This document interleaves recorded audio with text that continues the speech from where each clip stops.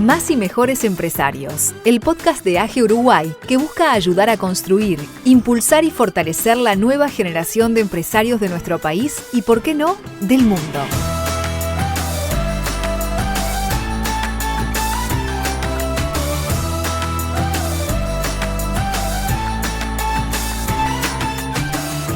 Bienvenidos a un nuevo capítulo de Más y Mejores Empresarios, el podcast de AGE Uruguay que, como bien dice nuestra intro, busca formar y desarrollar la nueva generación de empresarios de nuestro país y, por qué no, del mundo. En esta edición les habla Belén Hernández junto con Matías Viera.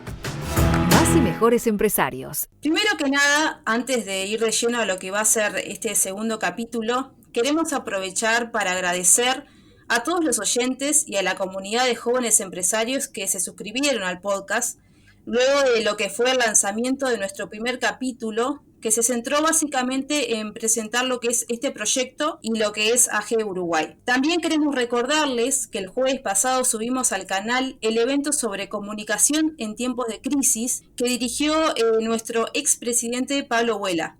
Así que si aún no lo escucharon, los invitamos a hacerlo porque realmente fue muy interesante. Ahora bien, pasando a la temática de hoy, les cuento que vamos a estar hablando sobre teletrabajo. Mati, contanos un poco más de lo que pueden esperar nuestros oyentes hoy. Claro, Belén, como bien dijiste, vamos a hablar de teletrabajo. ¿Por qué? Porque claramente es un tema que muchos de ustedes, en lo que es la mente, en lo que es el día a día, y sobre todo cuando se decretó la emergencia sanitaria por el COVID-19, el gobierno exhortó a todas las empresas y a los empleadores a promover esta modalidad como forma de ayudar a sobrellevar la situación tan particular que estamos viviendo de la mejor forma posible. El teletrabajo, lógicamente, ya existía en Uruguay, obviamente existían alrededor del mundo, pero no es una modalidad que sea tan popular o tan masiva, entonces tiene ciertas particularidades y bueno, a raíz de todo lo que pasó con el tema de la pandemia, muchas empresas se vieron prácticamente que forzadas a instalarla, ¿no? A practicarla y a llevar a sus equipos a esta modalidad, para justamente tener una buena actividad y seguir desempeñándose y llevar las cosas hacia adelante. Entonces, hoy lo que vamos a hacer es analizar el teletrabajo desde varios puntos de vista, y en principio decidimos por estos tres. Por un lado, lo que es la parte de la regulación del trabajo desde la perspectiva legal. Después, cómo es la parte operativa en sí, cómo esa parte se instrumenta en el día a día de las empresas. Y también cómo afecta esto a nivel cultural, ¿no?, de cada una de las empresas. Entonces, si te parece, Belén, comenzá con todo lo que es la parte legal.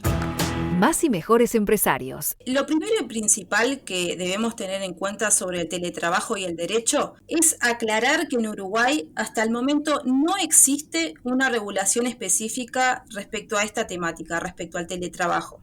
Ojo, eso no significa que sea una práctica ilegal, ¿bien? De hecho, se venía haciendo desde antes del COVID, como bien dijo Mati.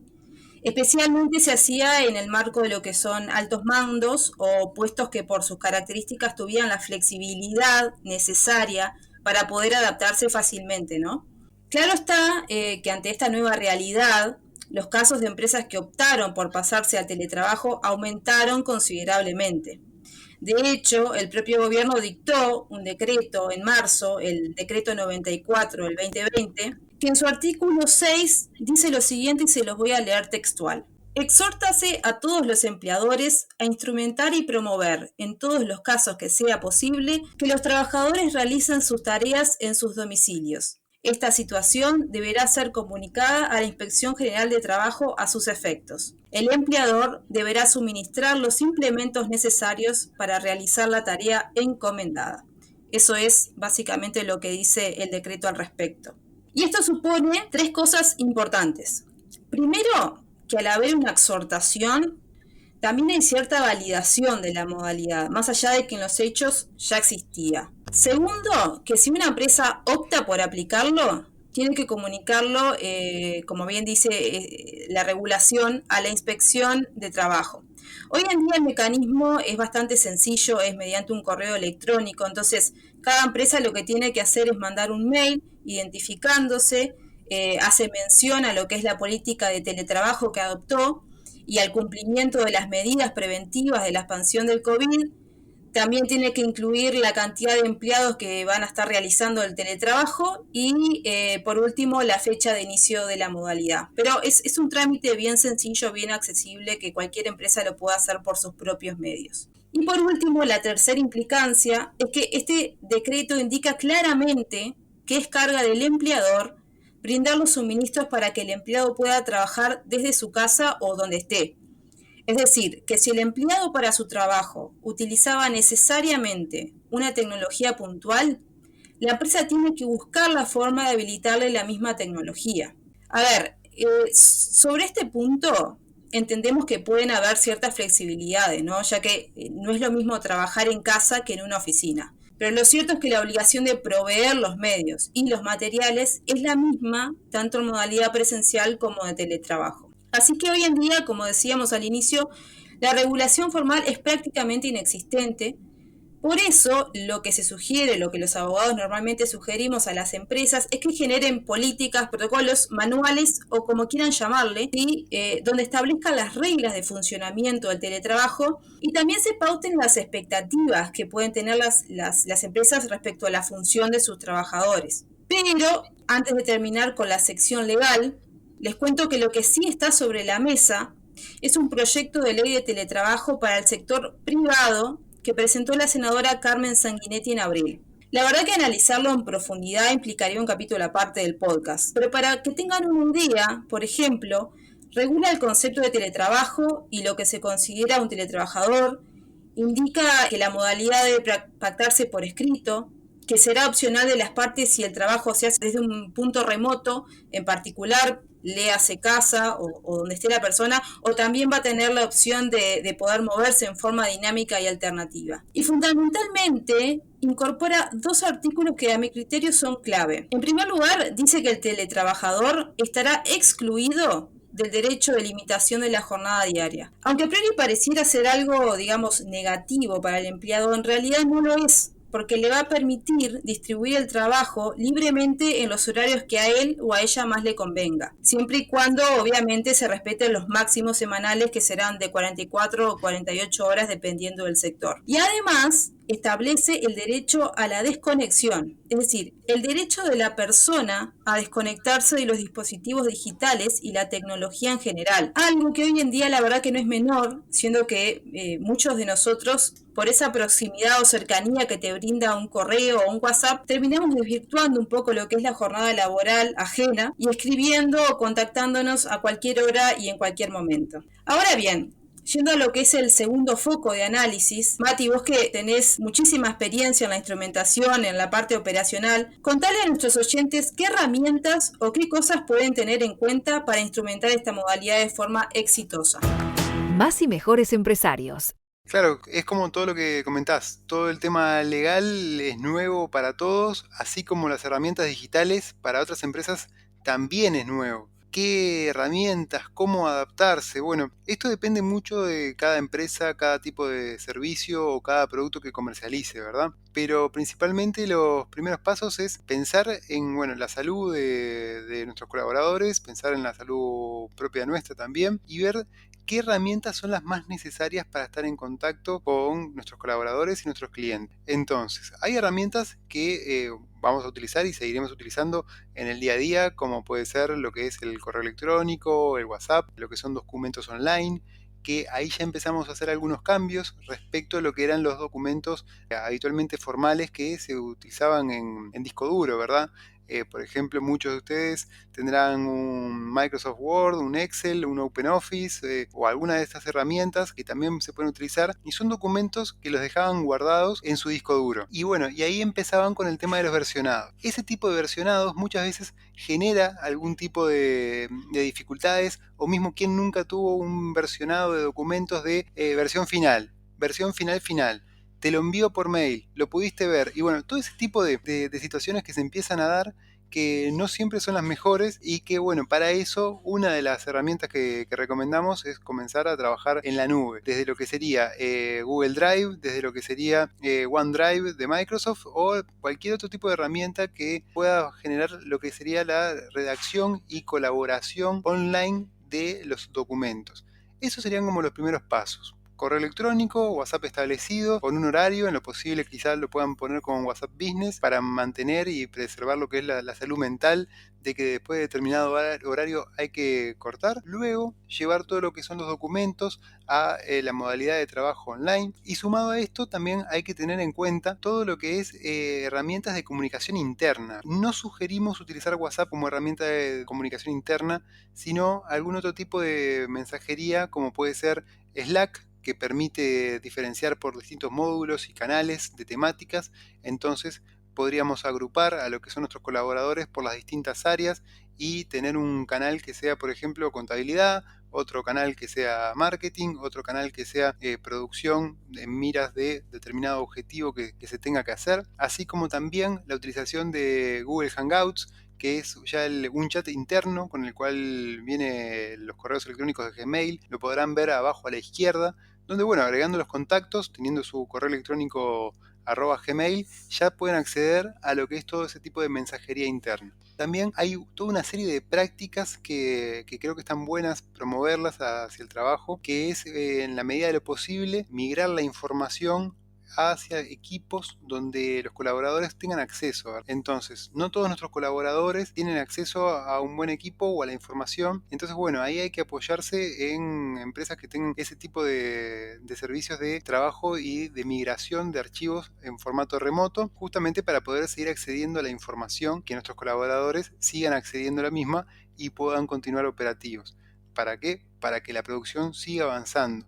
Más allá de la crisis en la que estamos, tenemos que seguir avanzando, porque bueno, esto es algo temporal. Será más corto, más largo el tiempo que estaremos en esta situación, pero al fin y al cabo, luego vamos a salir todos juntos. Entonces, estos son algunos de los primeros pasos que se pueden instrumentar como para llevarlo a cabo desde lo que es la parte más bien de ofimática y del día a día. Luego también hay algunas otras herramientas que ayudan a lo que es la gestión de proyectos, como por ejemplo Trello, que básicamente lo que hace es mostrar todo lo que es la gestión del proyecto mediante lo que sería un modelo Kanban, marcándolo en distintas etapas, donde bueno, se van avanzando y según cada empresa lo puede ir gestionando por sus intereses. También hay una herramienta que ya tiene bastantes años, pero es de código abierto, que fue desarrollada por una empresa uruguaya que se llama Feng Office, donde bueno, también se pueden ir asignando lo que son los distintos proyectos, las distintas tareas al resto de los equipos. También existe Asana, que también es otra herramienta un poco más actual, que también permite gestionarlo muy bien todo lo que son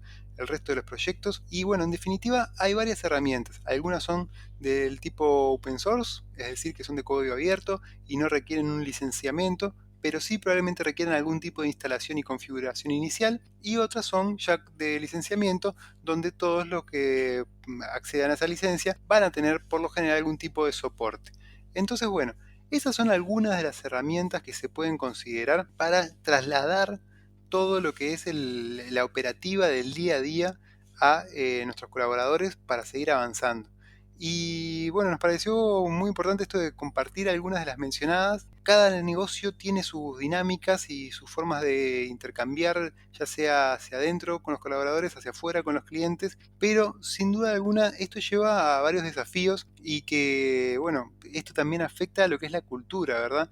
Y cómo utilizar estas herramientas para no perder esa cultura. Entonces, Belén, contanos a vos qué te parece un poco todo el tema de cultura y cómo afecta. Más y mejores empresarios. Y para lo que es la cultura del trabajo, el teletrabajo en sí va a ser un gran desafío, ¿no? Más que nada, las empresas que venían funcionando en un esquema de control directo, por ejemplo, de sus trabajadores, y asimismo de contacto diario con el personal, el teletrabajo implica retos que solo pueden ser superados con un cambio de mentalidad, un cambio de chip. Y si eso se hace correctamente, es probable que hasta incluso tenga efectos positivos en el funcionamiento y en el equipo en general. Claro, el primer desafío que se me ocurre es el tema de la gestión del equipo, lo que hablábamos recién, ¿no? Porque trabajar de forma remota no siempre está ni el empresario, el gerente, ahí cerca como para controlar, si se quiere llamar de alguna forma, en el sentido tradicional, las tareas del resto del equipo. Ahí es donde empezamos a hacer un cambio de paradigma, ¿no? Es decir, entender que el teletrabajo no es controlar al equipo, sino es tratar de generar, gestionar y motivar confianza codo a codo, como se dice hoy por hoy. De esto en AGE hacemos mucho, ¿no? O sea, tanto los empresarios y los directivos y la gente que colabora a la interna de AGE, estamos todos en el mismo barco y tratamos de, a nuestra forma y cada uno con sus recursos y capacidades, yendo hacia adelante y viendo de cómo esto iba afectando a cada uno y cómo se podía apoyar a cada uno de los integrantes de AGE para salir adelante y tener la mayor productividad posible, pero no tanto desde el control, ya internamente cambiar el paradigma. Acá lo que tenemos que tener es confianza y tenemos que ver resultados.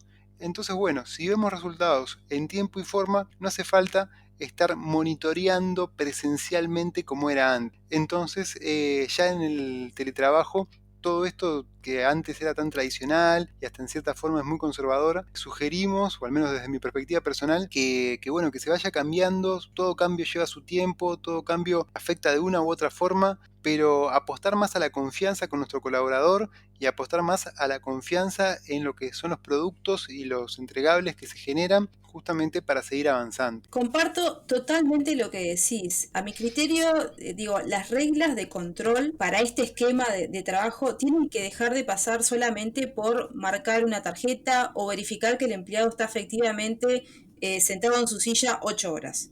Hay que pasar a un esquema de evaluación por resultados, por eficiencia, que, a ver, en definitiva es lo que importa, ¿no? De nada me sirve a mí como empresario tener un funcionario que esté todo el día en la oficina si no cumple con sus tareas, si no es eficiente. Y en ese mismo esquema, si la persona brinda buenos resultados, tampoco debería importar desde dónde o cómo los brinda. Claro, sin duda. Aparte, otro desafío es pensar cómo es el relacionamiento de antes, ¿no? Porque antes vos podías pedir, sugerir, intercambiar, y ahora ya no se tiene tanto de eso, y eso, bueno, va afectando el relacionamiento. Entonces, bueno, aquello de la charla del pasillo o la charla en la cocina, lamentablemente se cambia, no se pierde. Pero ahí está en la capacidad de cada empresario y mismo cada colaborador de seguir motivando a que esto suceda. Pero sucede de forma distinta.